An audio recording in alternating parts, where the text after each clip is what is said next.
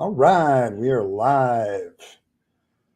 Welcome to the Rabid Atheist. I am your host, Ed Rabyd, a former pastor turned atheist, now a compassionate anti-theist. Welcome to my channel. All right, let's make sure all the things are the things. There we go. Making sure my volume levels are good. I think everything's good.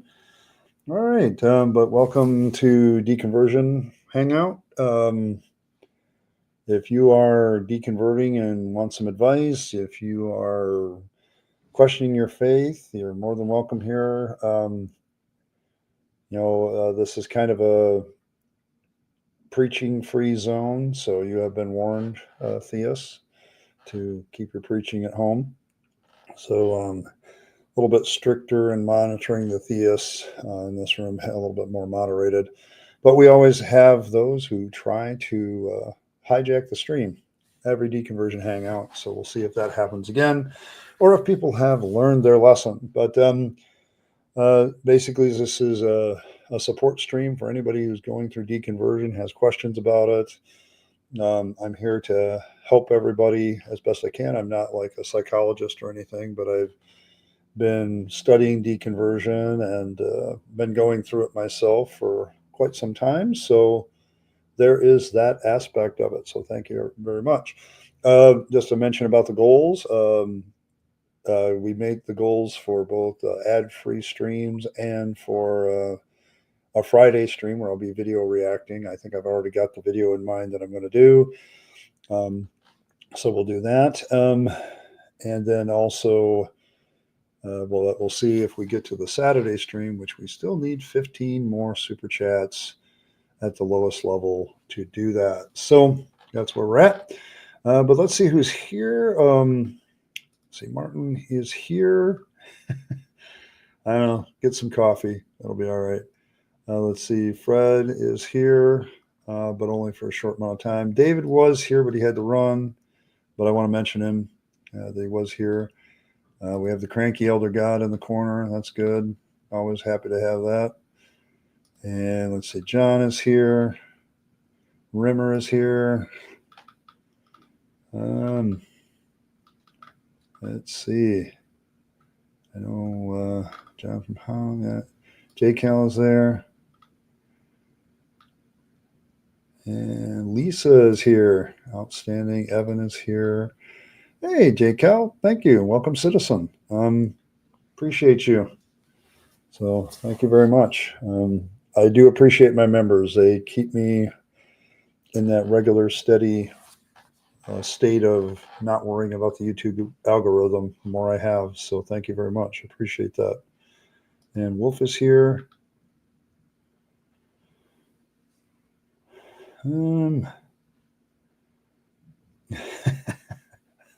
Lisa, see, this is a deity, Fred, that I actually will buy because it makes as much sense as any of the rest of the deities. And I'm so glad that, that things are, that way. Okay. But it's as good as any other one. Ronald from Indian Lake is here. Thank you, sir. And Earl, the lovely Earl, is here. And on time, slightly late. So we'll keep you fashionably late. I don't know how important that is to you. But yeah, that's where we're at. So this is the Deconversion Hangout for those of you deconverting and want to talk deconversion and how people get over their faith and things like that. So there's all of that. So I usually start with something that's going on with me, just as an example, as a way to get the discussion rolling. Last week I had my therapy session, and the majority part of the conversation was I am truly, genuinely considering putting myself back on the dating market, and I am very apprehensive about that, and ended up talking about trust issues. And most of my trust issues are stemmed from the fact that after 20 years of ministry and receiving so many multiple backstab wounds, I have a lot of trouble trusting people in general.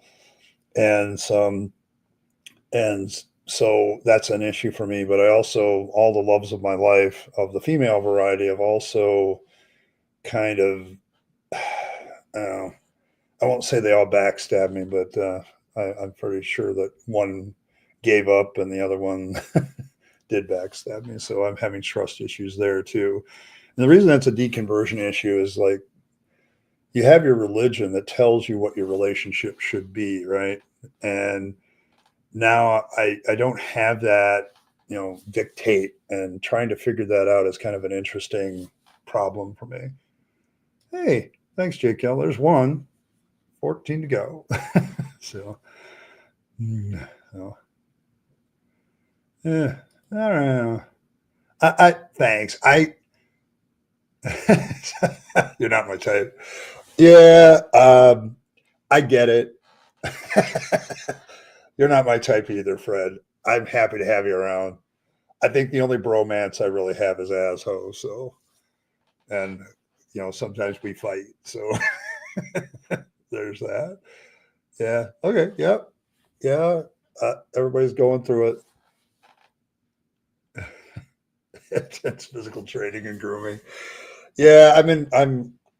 Part of the motivation for doing that is to get back in shape. I haven't been to the gym in 6 months because they decided to be way too expensive. And I said, nope, not paying that much. So I headed for the door.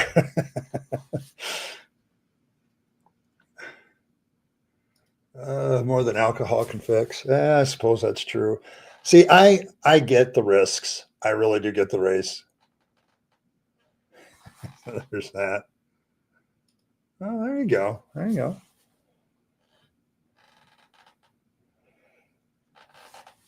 I'm not your kind of gal either. All right. Well, I'm sorry to hear that.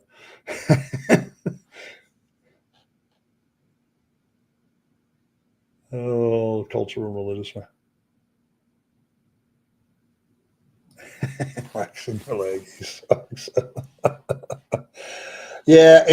The thing is, there's just so much that goes along with dating that I just don't know if I have the energy for. Um, yeah, I don't cry about things. It's just there's some aspects of being in a relationship that I miss. Um, I come home. If it wasn't for you guys, I'm not sure I'd have a social life. So there's there's that. I do have a social life with my family, but I don't have a lot of friends because aforementioned trust issues.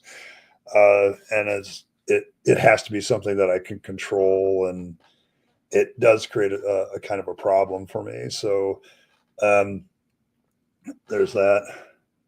Uh, yeah, it's an introvert thing. It's also a long time getting hurt kind of thing. I've been in love with 3 different women at various times, and the first one I was more into her, and then she was into me, and that's okay. That was a pretty amicable breakup. Um, and then, of course, 32 years of marriage was the other one, and that one was more of a do you give a damn about this marriage or not?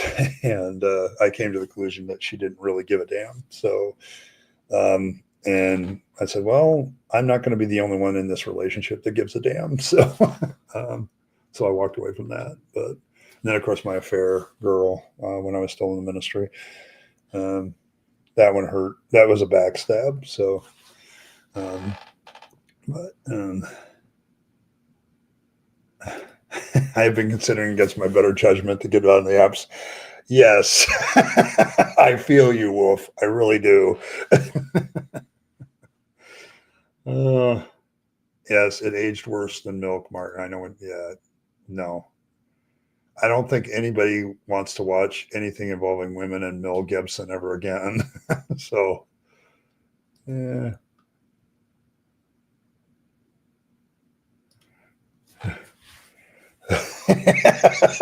Okay, Earl. Yeah, I don't know. I'm going to dip my toe in, see if I find a little bit warmer part of the stream. We'll see. It's kind of slim around here too because I live in more of a rural area. So, I mean, the nearest place to date is that has a significant population is about an hour away. So, um, yeah, yeah, yeah. The thing is, Filbert, I also lost a lot of friends when I left the ministry. Like I left Christianity in the ministry, and a lot of my friends were Christians, and they don't know what to do with that. Okay. And also consequently, I lost a lot of like women that would probably have considered me um, because they're Christians. The most recent one that came close, she's a very devout Christian, and I'm like, oh no, I'm not doing that. Okay, I'm just not doing that. So, um, uh,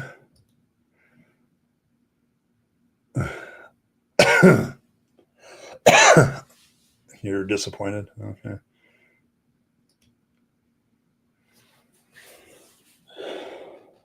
I'll probably do a little bit of both. The social functions in my small town America are not the greatest. Although with the weather changing now, I imagine you'll see some, but the summer is actually pretty good. There's a lot of weekend events, and we have a festival, and I think the local craft brewery does like brewing as well, and they have a little festival too. And there's stuff around here. Just I gotta work up the nerve to walk out the front door. So, have you looked outside lately? I've thought about that too. Cranky old dog. Maybe the dog would do better. I don't know. I want to get my own place before I do that. And to be honest, I think I want to get two dogs because one of the things I would want is make sure that my dogs weren't lonely. So I'd want at least them to keep each other company when I'm gone. So hey, Katie, good to see you. Uh, it baffles married folks that met on dating apps, and it baffles me how that happens. Yes, me too. And I have a lot of stories from dating in Texas. It was that's probably where I was on the apps the most, and so many women in Texas. I'm a woman of God searching for a man of God, and that's what. Well, I'm disqualified, and it's too bad too because I'm not like an evil person, but it's like this. You run into that every once in a while with. You look at the person and it's like, yeah, this person's perfect for me, but they're super hyper religious. I'm not sure how that's going to work out for me. So, eh. Yes, the consoling part. I've actually been offered several times on that one. Um, some of the apps are kind of known for that, and yeah, I've had to turn them down. I'm one of those people that has to be at least friends with you before I consider intimacy. So, um, yeah, I just don't do that.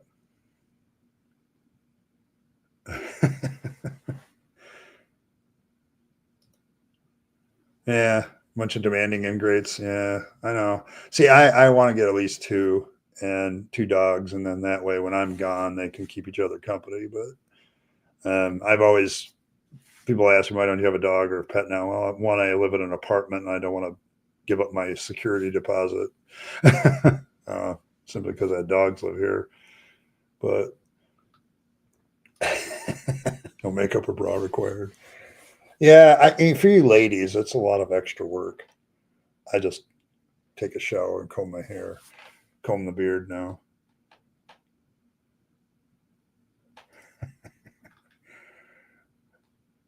Uh, can I always take up line dancing? I don't know. Nope. Um, Gosh, there are a few country songs I like, but I've just never gotten into the genre. It's not me. I'm more of a headbanger. So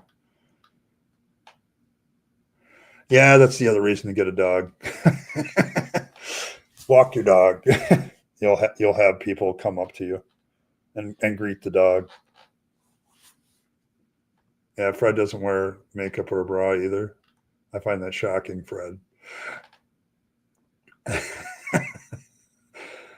Oh, oh, yeah, it's good to see you too. Good to see you, Ann.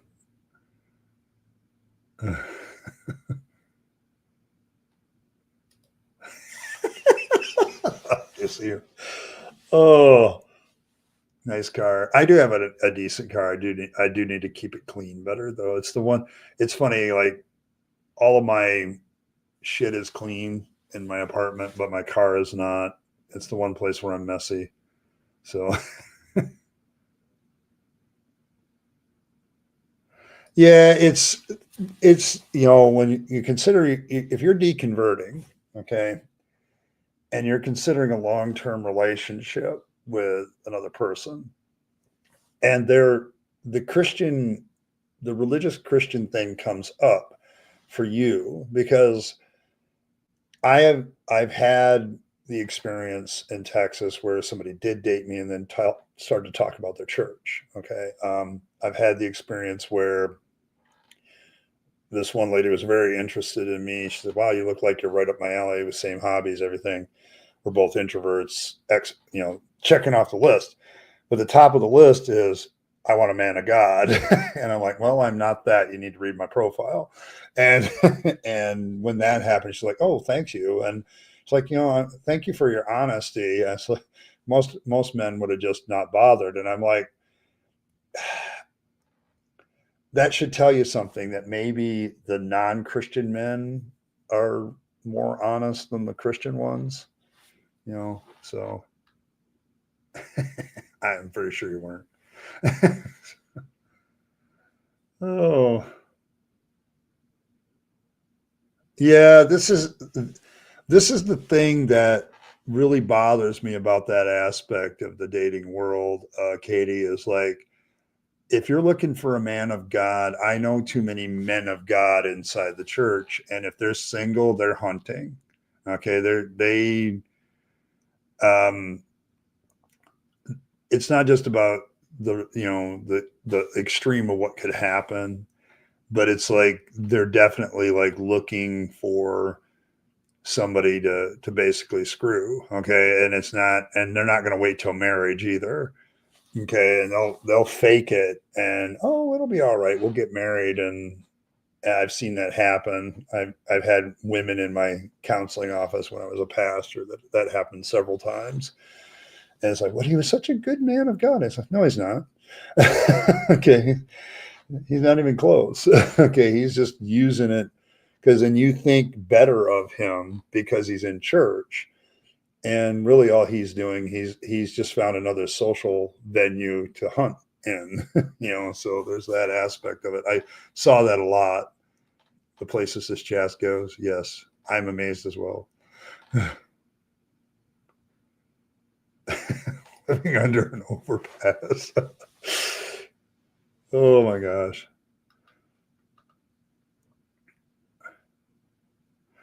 uh.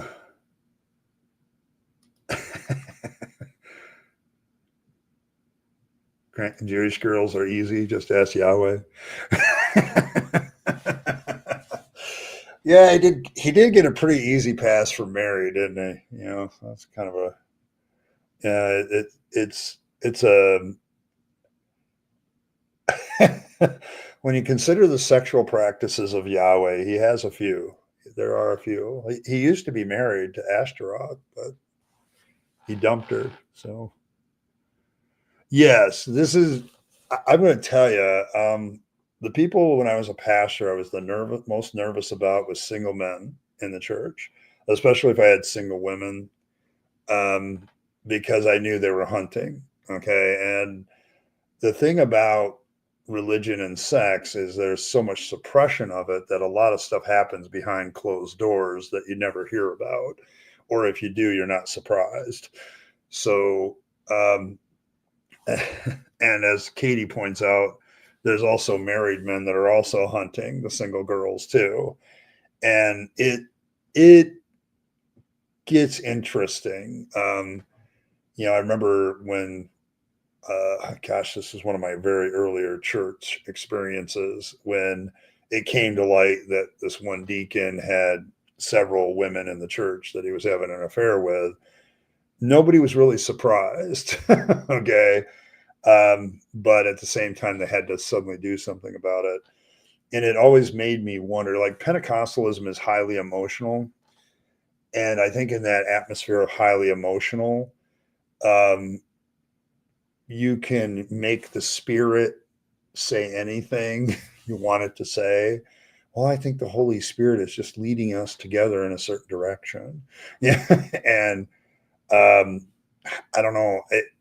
It seems to me that one of the deconversion issues you get over is like there's so much bad sexuality and relationships inside the church, and so much, well, sin, as many people say, going on, and everybody's winking at it because everything is done in the Holy Spirit. So the Holy Spirit can make you do and say anything.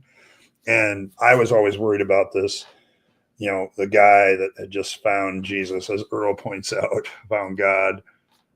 Yeah, they've done some, and they're trying to cover it up with Jesus. Yeah, and I was always worried about that too. It's like, oh, you just found Jesus. You're single. Oh, I have a few single women in the congregation. I wonder what that's about. And that's the thing. As a pastor, I realized that this was a problem. But now I'm out. It's like, I don't get it. I wanted to tell the lady that did that to me, it's like, I think you'd be better off with me because I'm not pretending to be led by God or anything. I'm not trying to. Um, it's like, no, I just don't. I don't want to deal with that. Okay, it's like, no, I think you're covering up for something. It's the same reason why prison religious reform organizations do so well, is because everybody's trying to look good for the parole board. So, and I think it's a cover up for something that they've already done. So, yeah. Yeah. Married hunters. Yeah, could be.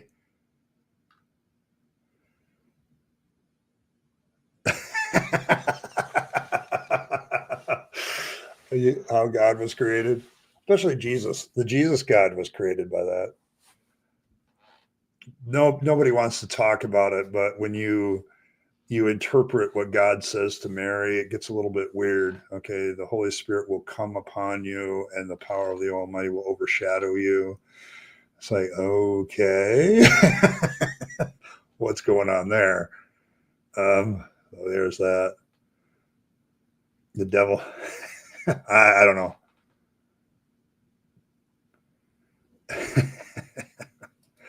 Yeah, the devil bet him. Yeah, I mean, come on. Have you read the Book of Job? They're betting on a guy's life and what he's going to do.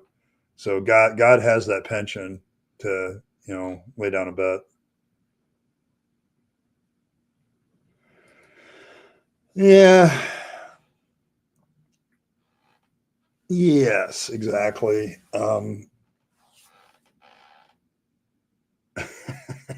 Yeah, that's probably also true. Famous people get away with.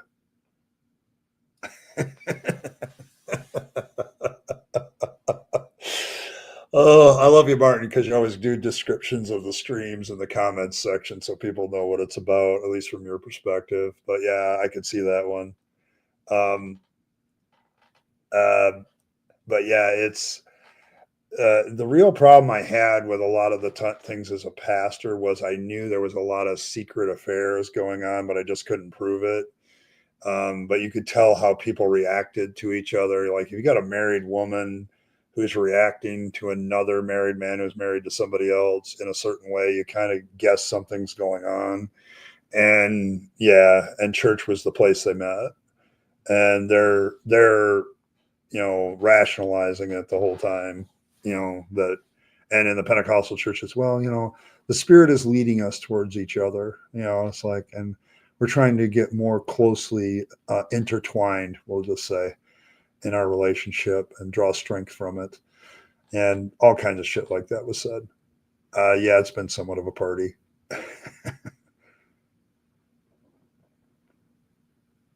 All right, there we go.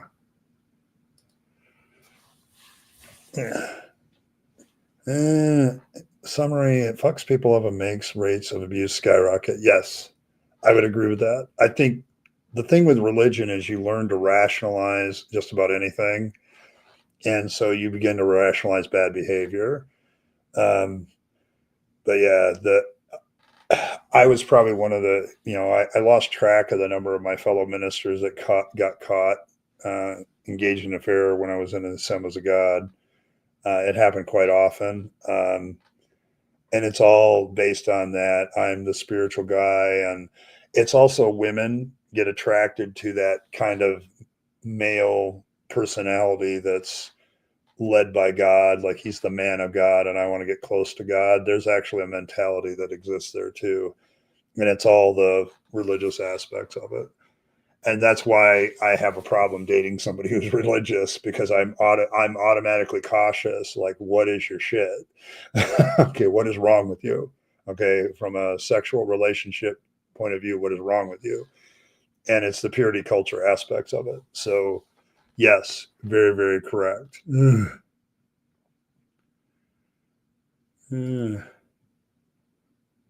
Yeah, ashamed of the body.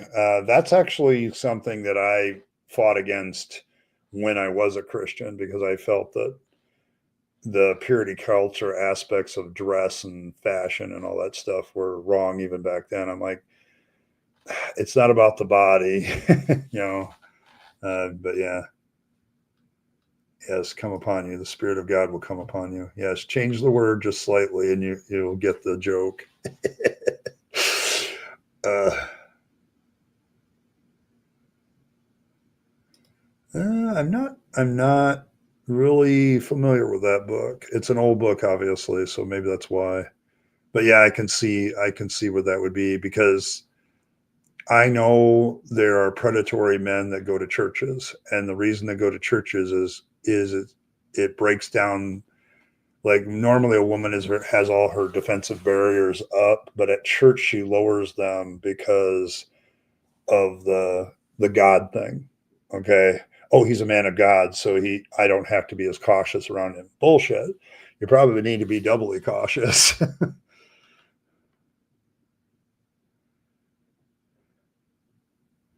Well, there you go. I mean, it worked out. See, that's the thing. You know. Yeah, courthouse marriage is the best kind. I can buy that. Yes, God forgives, and that's the thing. That's the other aspect of that. Because they'll sin and then they'll just pray for forgiveness. And it's like, it's it it is the catch all get out. You create all this sin stuff that you're not supposed to do because it's a sin against God, and then you do it, but then you also know you have forgiveness every time you do it. And damn to hell all the other people you've messed up with your relationship. It's like,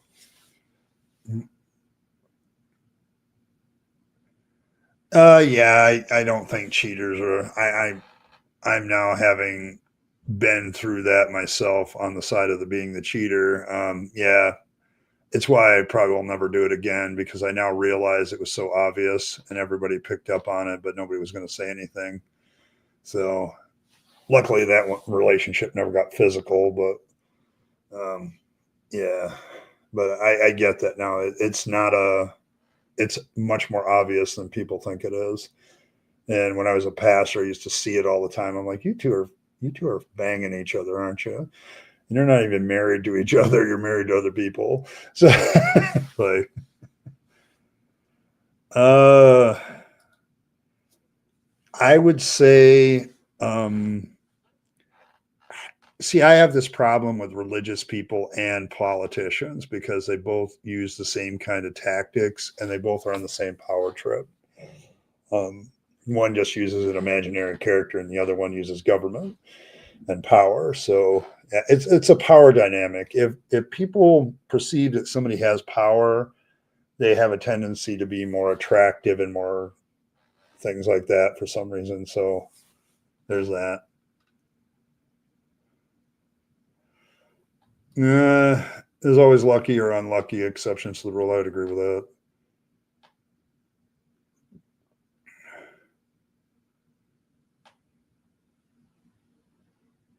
If you can die together. Okay, there you go.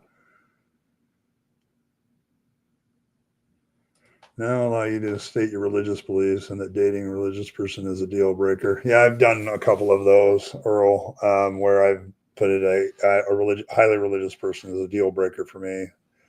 So there's that one.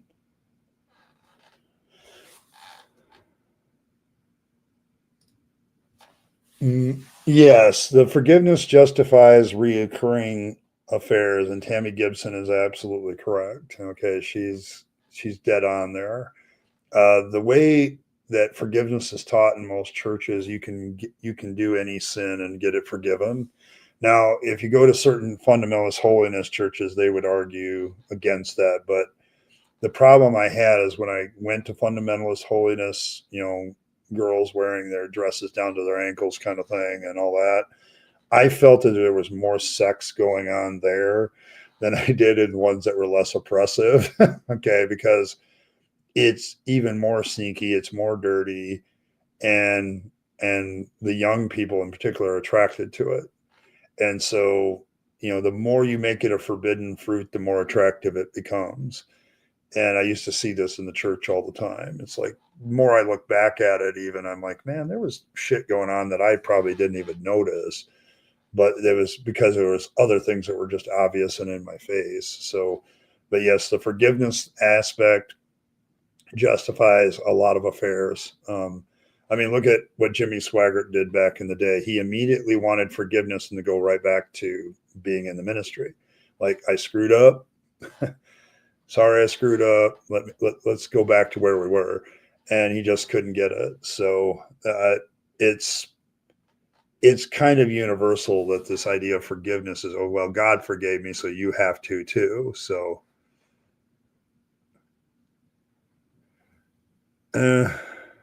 yes, being the cheater is far worse than for your mental health than being cheated on. I've had both situations myself. So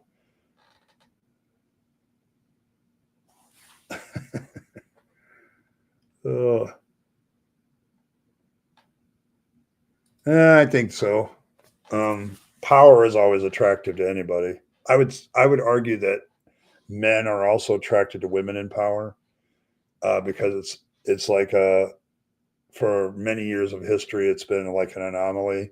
I am fairly certain that Queen Elizabeth got a lot of offers. Okay, but yeah.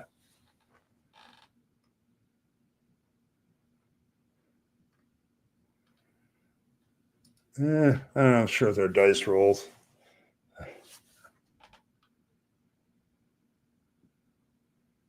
Cult of consciousness. Okay. Uh, I don't know.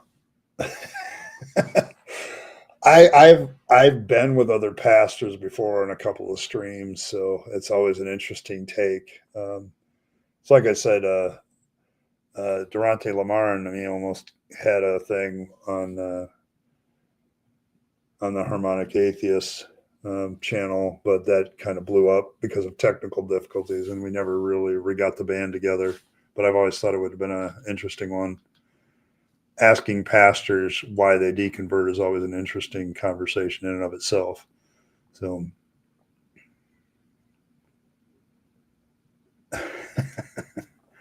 yeah, it's not as like it's not as classy as it used to be. Coming up with a lie so you can be at a resort somewhere. Yeah, you can also apology paving the way for future offenses. So you end up, the forgiveness apology cycle continues over and over. That happens a lot in church. There's a lot of naive people that don't that go to church that don't think that that happens, but it happens far, far more than they realize.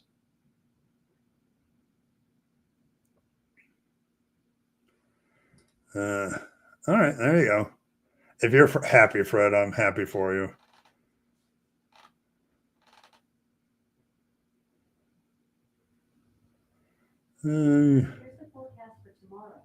Let's see. It's only true until you hurt them. Then forgiveness is just too woke. Yeah, that's probably true. If Jesus would stop forgiving me, maybe I would stop sinning. There's a thought. I wonder why nobody ever put like a theological limit on forgiveness. So it's all Jesus' fault. That's the thing. For me, it's always been like who's the best qualified for whatever the thing is. Have them lead it. So yeah, because it's like I've seen powerful women. That's what they do. Like they have all these guys scramble. It's like power has its own attractiveness. So, and it doesn't matter who's wielding it; they become attractive simply because they have power. Yeah, I'm fairly sure she got more than that. Okay. I know that she was offered many, many times, and she turned them all down. But yeah, when you have a woman like that who wields tremendous power over a country and is also head of the Church of England and all that other crap. So yeah, I'm fairly certain that women who have power get those kind of offers as well. So I don't like wearing pants either. So I am very content to not wear anything, pants related. So I don't like socks or shoes either. So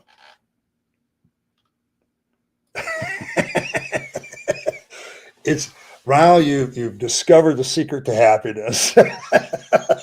let them take charge, let them do all the stuff and just relax. You hang out with the dogs on the couch and yeah, you need to sin by hitting the like button, people. That's your sin for the day. Oh, yeah, that would be the thing. See, that's the whole thing about Christian forgiveness, that it completely wipes away accountability. Personal accountability is just gone. And when I bring that up to Christians, they get mad. Oh, no, we're accountable to God. I'm like, so what? Okay, you're accountable to imaginary character from my perspective, but it's like you can, have an affair with a guy's wife, you know, steal the guy's money and then he just asks for forgiveness and you have to, and then all of that is just wiped underneath the table. Like, if God forgives me, you have to too. It really it opens up a lot of lack of accountability.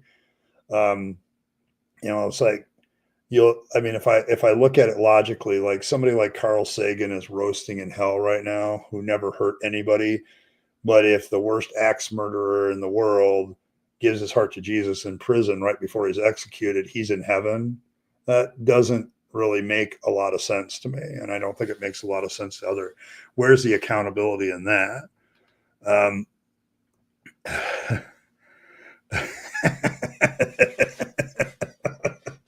Oh, there you go. There you go. You guys never fail me. Never. uh, yeah. I don't know. I prefer shorts most of the time. So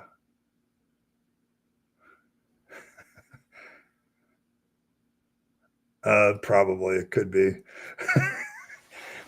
It's possible. I don't, man,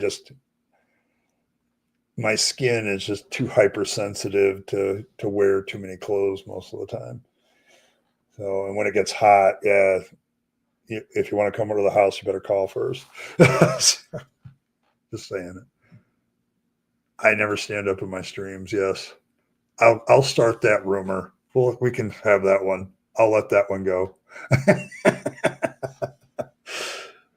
Oh, oh, yeah, we do that. Thanks, Martin. Appreciate it. That's 2 down, 13 to go for the Saturday stream. So,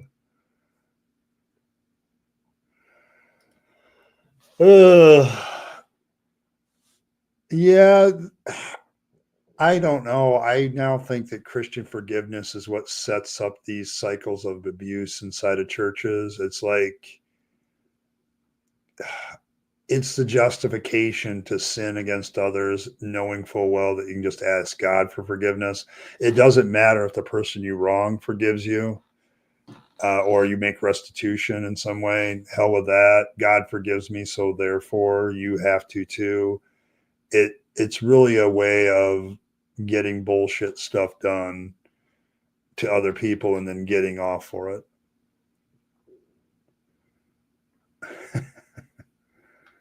We need an option in public.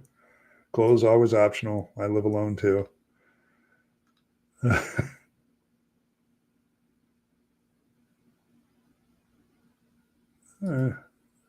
You don't remember, your mind goes random places. Just random.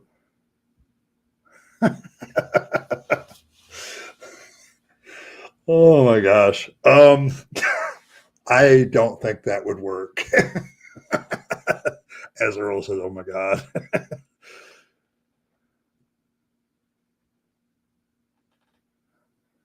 Oh my goodness. But yeah, getting back to the forgiveness thing it's the purity culture forgiveness thing is just so amazingly a bad combination. So, but yeah,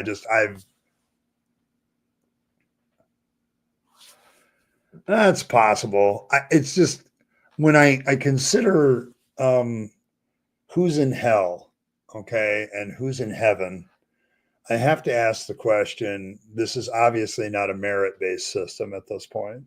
And I think it's the whole idea of just get God's forgiveness and you're in. Um, doesn't really press you to change your life in any way, shape, or form, does it? Yeah, I'm sure he had his issues, but it's just like everybody does. It's just when I look at some of the people that are in heaven because they asked Jesus to forgive them in their final moments, it's like, really? Really? God's going to let them in, and then other people who are good people that don't do shit to others are going to roast in hell. Okay. All right. Hmm.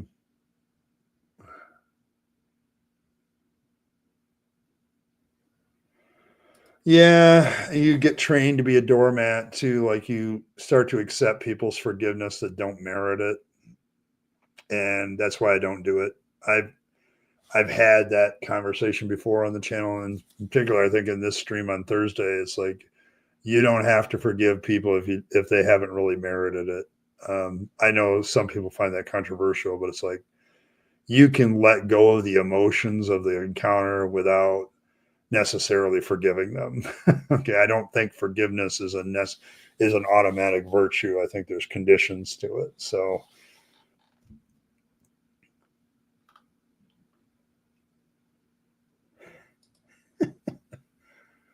they did.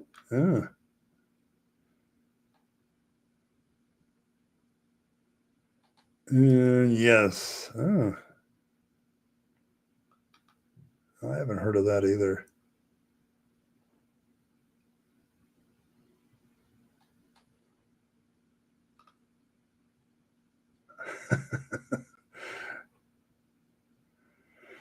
uh, I'll be honest, Kyle, and welcome.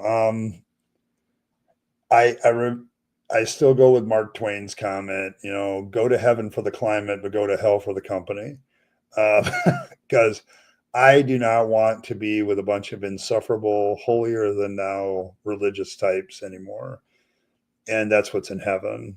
The people that I want to hang out with from history, if such an afterlife existed, are not in heaven. Okay.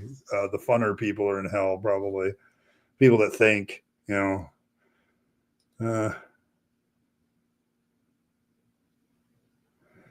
yeah, yeah, but he shouldn't be burned in hell. Yeah, I agree. I'm sure he had his stuff. Every celebrity seems to have their stuff.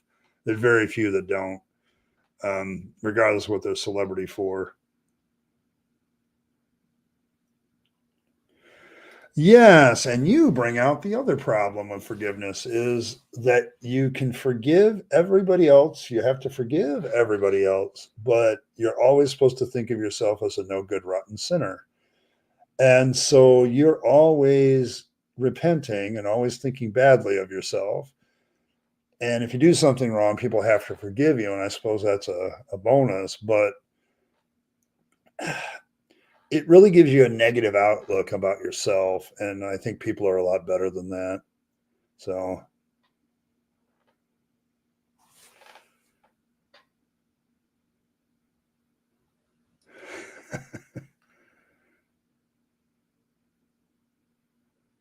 ethereal or otherwise.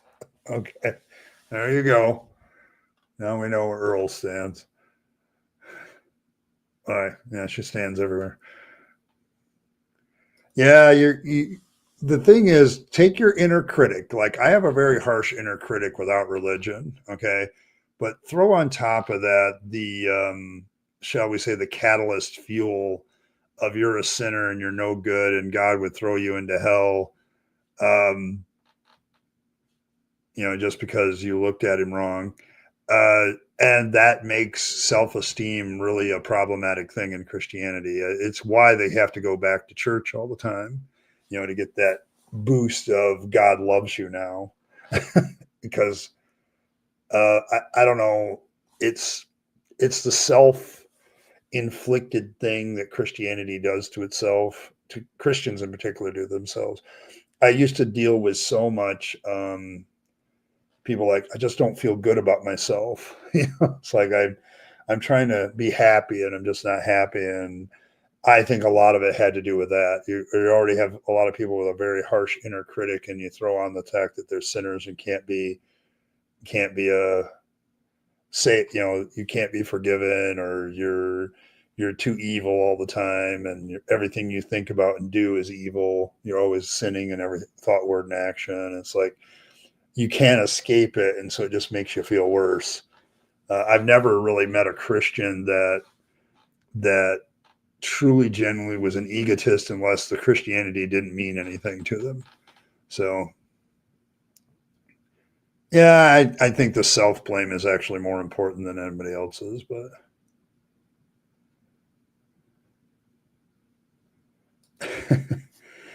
just straight up might makes right, and yeah, and that's what I've gotten across, Kyle, to other people, that your morals and ethics are nothing more than might makes right, and they get pissed when I say that. Like, no, that's you. I said, no, that's you. It's your God is the might, and He tells you what's right, and that's not me. So,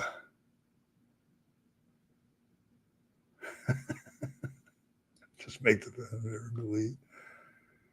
Oh, so they had made the right choice to be saved. All others are following the devil. Yeah, it's the back and forth. Feel real bad about yourself because you're a sinner, and then go, well, I'm thankful I'm the beggar that knows how to find bread, and I'm saved, and everybody else is going to hell. So it makes you feel better about yourself. Okay, so you go, uh, and just it's back up and down and all over the place, and it really keeps you in a kind of a back and forth mental state that isn't really positive or healthy. So, because you don't experience shame, I thought that was weird. If you're a shitty person, what do you have to feel shame about? If you're not a shitty person, yes, exactly. And I think that's the thing. I mean, there's the thing about sin. If you look at how the Bible defines sin, you're just a sinner because you're human. There's no way to escape it. and then you can automatically bring shame in. So to me, the whole sin thing is a way for religion to get people to be ashamed when they really don't have a reason to. They're just going to make up something that's so bad, like looking at somebody with lust, or being angry with somebody, like Jesus puts it. Those two things probably put us all in the sinner camp. But it's like, if I'm angry because the person did some genuine shit to me, okay, or I'm just being a human being and checking somebody out because we're human beings. I don't see how that's something to be ashamed of when it's just fairly normal. So yeah, I never met an altar call where there weren't the same people coming forward every week, getting saved all over again. But yeah, it was one of the funniest things I would see, is because you preach sin and then you're shocked at how many people come to an altar call. And it's like, no, you just made everybody feel awful. Nobody could escape that. So, so there's that.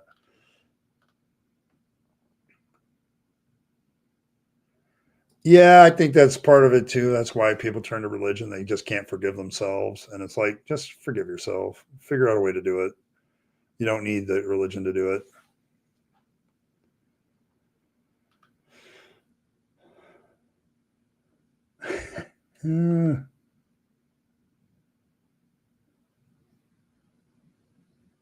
I I watched parts of that since. I agree. Justified in leaving.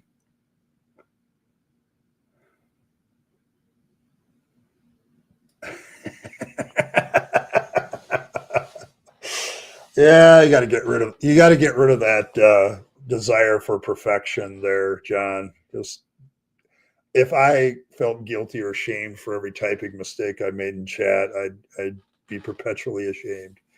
So I have this awful internal editor when I write, so that is all over me for every mistake I make. So yes, and that's kind of my point too, but it's how it's used to manipulate people into keeping in the faith that bothers me the most.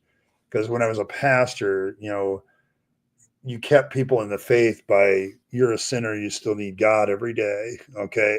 And it's how it's used that bothers me now.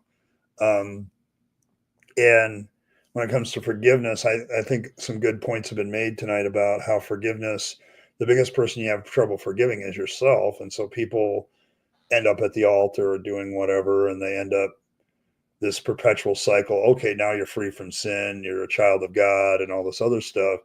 And so you go up on the high mountaintop of being forgiven, and then you do something shit, and then you're back in the pit. And it's this rotating cycle that keeps you coming back. Okay. You become an addict. It's like you become an addict to forgiveness. Like, I now know when I look at altar calls, a lot of those people came back week after week after week after week to the altar. And it's like, why? Because they're addicted to the emotional cycle of guilt and forgiveness, and then joy for being forgiven. They're addicted to those emotions. And it's a catharsis that they're addicted to. Yes. Yeah, shame's kind of always there. Yes. You're created sick and then demanded to be well. One of my favorite lines from Hitchens.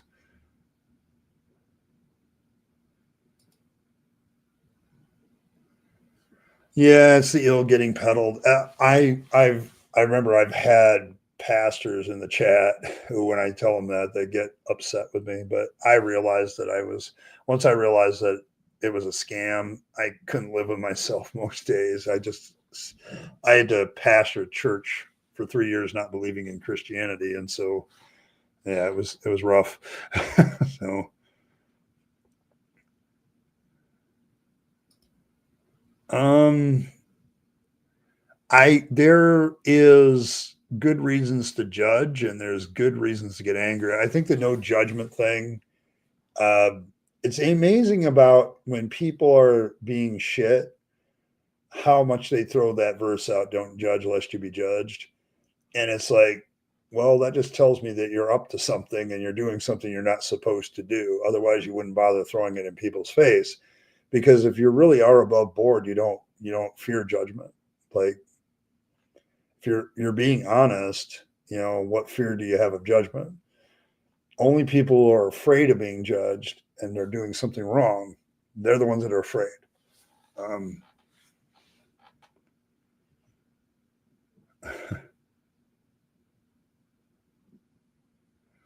oh, eh.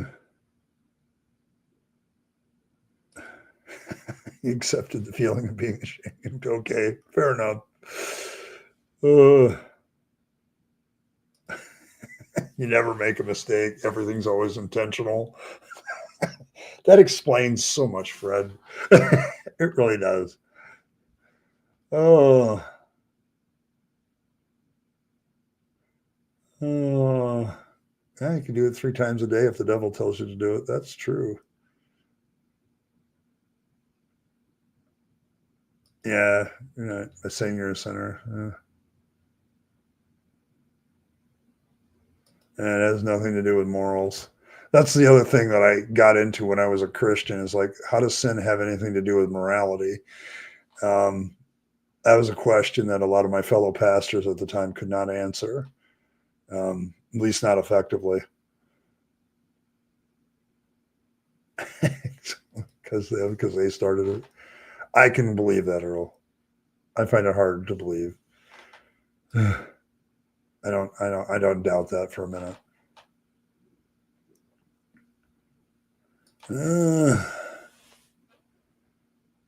So yeah, certain feminine are obsessed with the not judging thing, both when they're doing something not good and when other people are. It's so to the point that it becomes a doormatish. It's doormatish. It's not. It doesn't seem like doormat. It is. That doctrine. I see a lot of ministers throw that one out. They throw that out.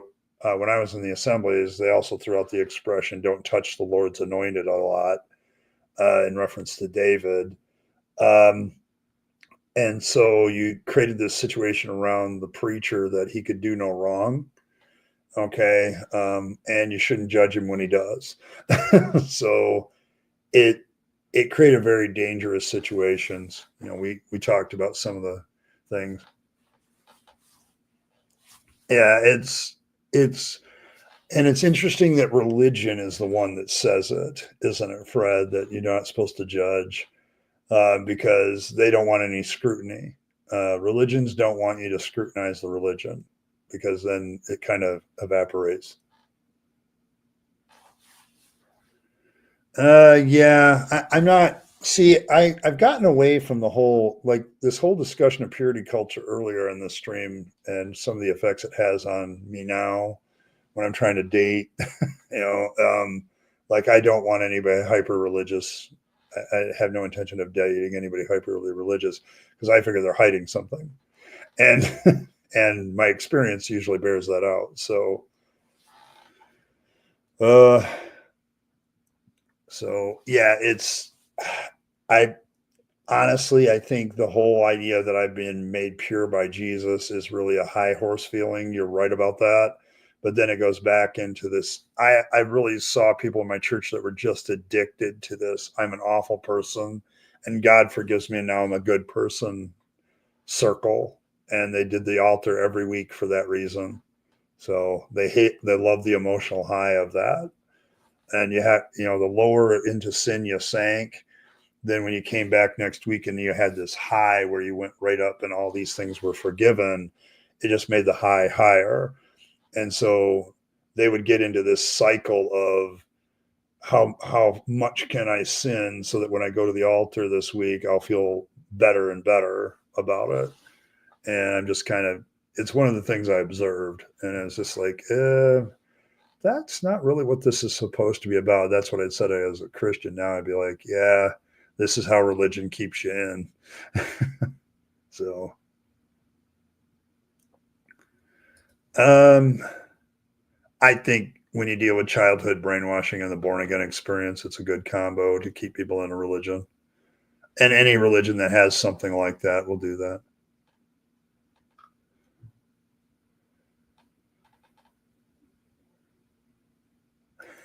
the gods agree upon that's disapproved behavior. That's probably true.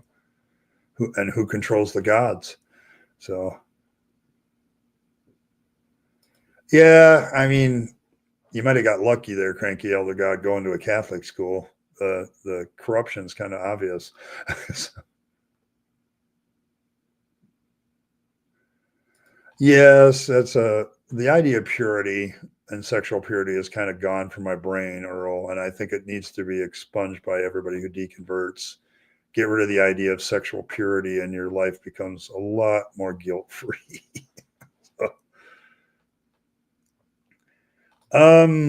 I can see that, and you need to understand, Kyle. Deconversion is a process, and like me, some of us hit the deist phase, like we dump Christianity, but we don't want to give up on the idea of God. Um, and other people go into more spiritualism. I knew people that left Christianity that went into like paganism and witchcraft, still believing in something spiritual, but discarding their old faith. And you got to allow people to have time to work through that. You know, they may be leaning toward Gnosticism now, but they may shift that. So, you got to, it's the one thing I talk about on this stream often is you got to be patient with yourself when you're deconverting, and you got to be patient with others. You can't expect people to just jump from a fundamentalist Christian to hard atheist like I have. It took me 20 some years to do that. So you got to remember it takes a while. People have to work through this stuff in their head and in their emotions, and it's the emotional working through that takes a lot longer than anything else. There wouldn't have been much sin in Greek society, no. Yes, this is another one, Katie, that really bothers me about forgiveness. And it affects people's attitudes when they come to atheist channels. You can tell. We talked about this yesterday with the pre-suppers, how they come and they just treat you rude because they think you're lying. And it's also very interesting when it comes to forgiveness, when you tell people you're no longer of the faith, then you're just, you're doomed. You're an outcast. You're excommunicated. You're thrown out. Um, and then they don't even bother to try to convince you to come back. Half of them, like you've missed the boat and now you're done. So there's that. I don't know. It's one of the weirdest things I ever experienced is how quickly I lost so many friends after I left the faith. Like the moment I stepped away from the ministry and said, I'm not really sure I'm a Christian anymore, how many friends disappeared? Yeah. It's like it was gone. They were gone. You know, yeah, I don't know. Jesus didn't wash his hands, so yeah, that is a problem.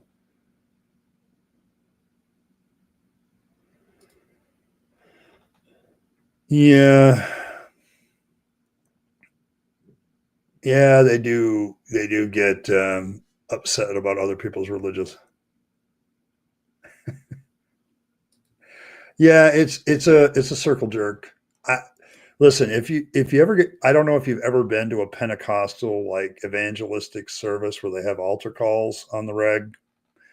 I don't know if any of them do revivals anymore for a week long anymore, but that's what it was. It was like go out, do sin, and then the forgiveness catharsis is stronger the greater the sin was. Okay, so you end up having these people in your church that are, they're living in gross sin or whatever, but they come to the altar every week and get forgiveness. And it really is, I really think that there's something addictive about that. The more I watched it. So yeah, I think somebody in Auschwitz wrote that on the wall, as I recall. If there is a God, he'll have to beg for my forgiveness. Um, I think one of the things that religious does, Evan, is it diminishes your empathy. Um, I'm sorry, I think my atheist friends and people that I hang out with in this sphere are far more compassionate in many real ways than anybody else has ever been to me inside the church because the church just creates this, if you're not one of me, I don't have to give a damn. Now, there's a lot of lip service in the Bible and off Christians' lip, we need to love the world, but they have no idea how to do that. Okay, so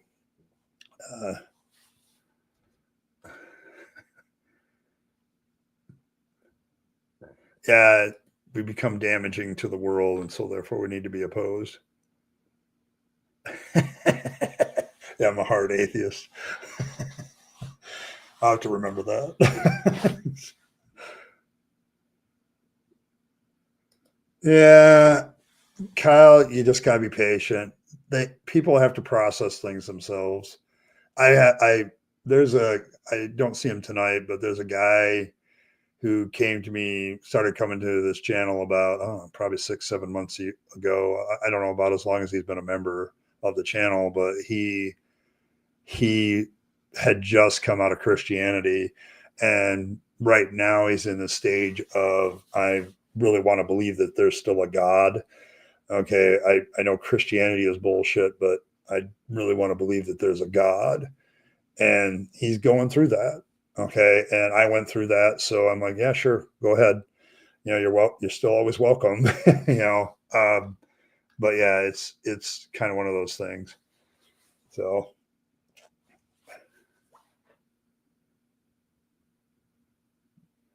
yeah, let's see. Being pure rather than good has a spiritual connotation. That's why they push purity culture. Yes, yes, because purity culture is connected with being pure of spirit, being pure of heart, and so it really is a good evil dynamic. Like if you sexually sin to these people, like the one guy I reacted to live, I think he said it this way, and it's really occultic, but like, your priest is your lover, the altar is your bed, and you're engaged in a pagan ritual.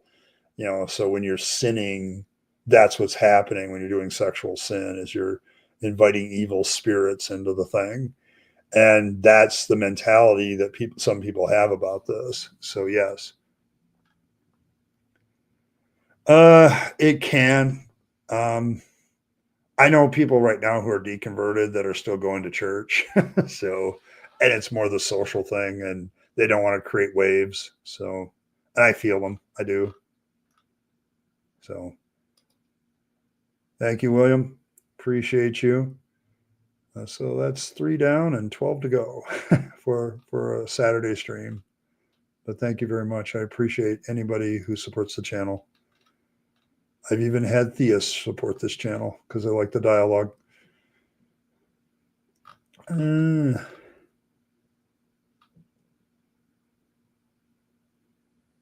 Yeah.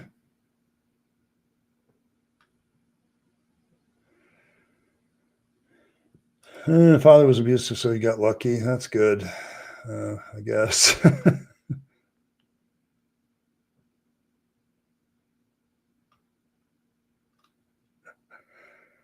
Oh, yeah, this is kind of the point I was trying to make. Religion destroys empathy.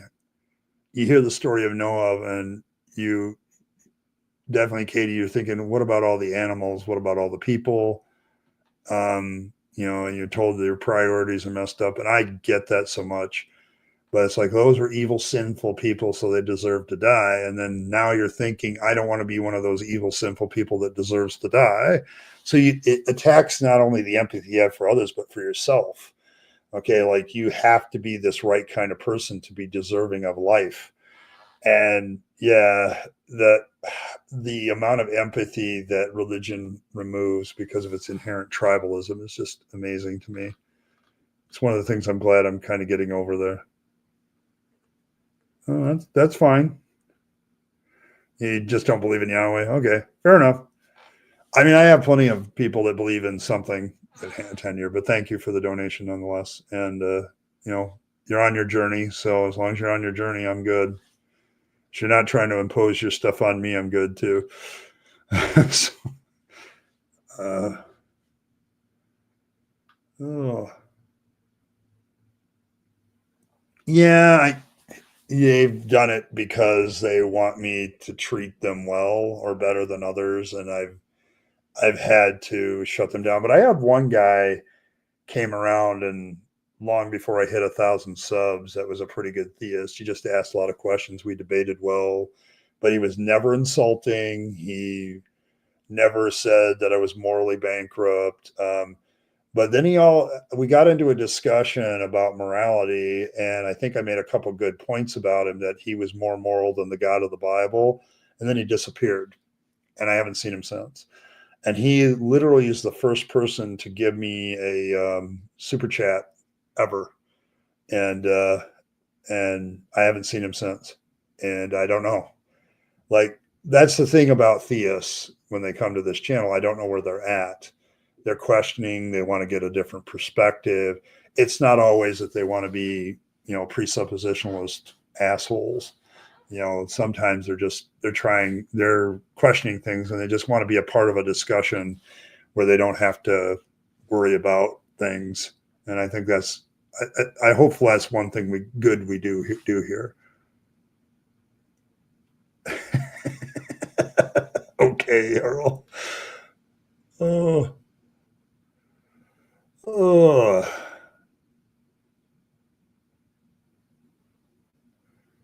Yeah, and somebody deacon and still hang out to God. This channel might be too harsh on God for them, but then there are other channels for them. I am kind of harsh on God because I think one of the things you have to break is emotional attachment to the deity, and you have to kind of nail the God pretty hard. So there's that. Have a good night, Fred. I'm about to kick off too because I got to get ready for work. All right, there you go. Very good. Yeah, it sounds like you're more of a deist, William, and I can live with deists. And you did deconstructing Christianity. Okay. So yeah, we have that connection in common. I was a deist for about a year, so I understand it. Thank you. I wish I had found channels like this when I was going through it too. So there's that. But yeah, a lot of people are checking out. you're still looking at Van Til, and he's still full of shit. Oh, that's good.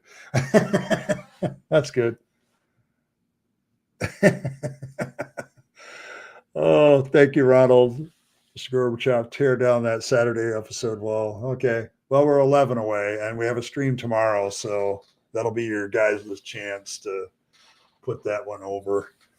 But yeah, we're up to doing a stream tomorrow. I'm going to react to a video. I found one talking about the text of the Bible and how it's reliable. I figured that one might be good for a laugh. So we'll do that. But thanks for all the super chats. Oh, we hit the goal today because Earl is like doing the boom thing. You and Asho do this to me. You do this to me. You wait till the end. So yeah, but we hit the goal today. The goal will be 10 tomorrow, and that'll push us over to a Saturday stream. So, but I'm getting next week is my birthday week, and I'm taking a couple extra days off for that. So there'll be a couple special streams next week too. So there's that. But yeah, I'm gonna head out to the door, guys. I do have to get ready to work. I haven't had anything to eat yet, and eat and do all the things I do to get ready for work. So I'm going to call it a night. Thanks for stopping by. This has been a good deconversion hangout. I talked about some good deconversion issues. So there's that. And then, of course, Cranky Elder God has to make it 9 before we even get there. So, but thanks everybody for coming out tonight. It was a good discussion. I hope this helps some people get through some things. Appreciate all of you. Do the things, hit the like, hit the share. Appreciate all the support tonight. I absolutely get floored by it all the times, but thank you, one and all. And as always, go out and live your best life. You only get one go around, and then it's over. So you want to take all your time, money, and opportunities and spend them on yourself, the people you love and care for, to make this a better world. You'll be happier if you do. and don't waste them on the trappings of religion and faith. That's a dead end. I speak from experience. And as always, folks, thanks for stopping by, and I will catch you next time.